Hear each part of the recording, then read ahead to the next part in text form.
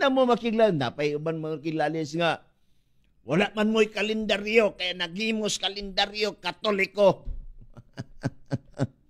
Agsure, oy. Kamo gabut-buot, raman mo gustorya nga naghimos kalendaryo Katoliko. Diha na'y kalendaryo, gikorek lang sa Papa Pope Gregory sa issue sa gamay nga minutes nga na-accumulated of years. Sa diyang na-accumulate of years na ay 10 days, gidrop ang 10 days ni anang 1582. Okay? Aron mo takdo siya. Pero wala madisturbo ang weekly cycle. Ang number ra na disturbo. Ang weekly cycle, wala. Mao na nga, pag-sure, kung kamoy naghimo, wala pa'y kalendaryo Gregorian, diha ng Saturday, diha ng Sunday. Granted, mga safety, paminaw. Tugutan ta sa walay paguyon, nga walay kalendaryo.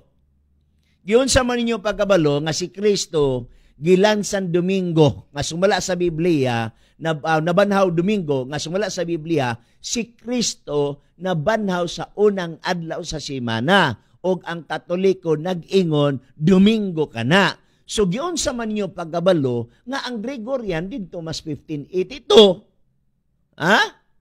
O niya, namatay si Kristo, nabanhaw si Kristo, 31 AD, wala pa'y kalendaryo Gregorian. Diba? So mga CFD, i-correct na inyong tudlo. Dili magpamataka og, wala man mo'y kalendaryo. Nag-imos kalendaryo Katoliko. Ay pagguno na, wala may Katoliko, diha na'y kalendaryo. Kana diyang Julian kalendar, kana diyang solar kalendar, kana diyang lunar kalendar. Ang kalendaryo sa Hudiyo, mitukma, Sabado sa kalendaryo sa Hudiyo, Sabado gihapon sa Julian, Sabado gihapon sa Gregorian. Kay ang Gregorian nagsunod-sunod sa Julian. Ha? Paminaw mo. Ang gibasihan sa Gregorian, mao ang Julian.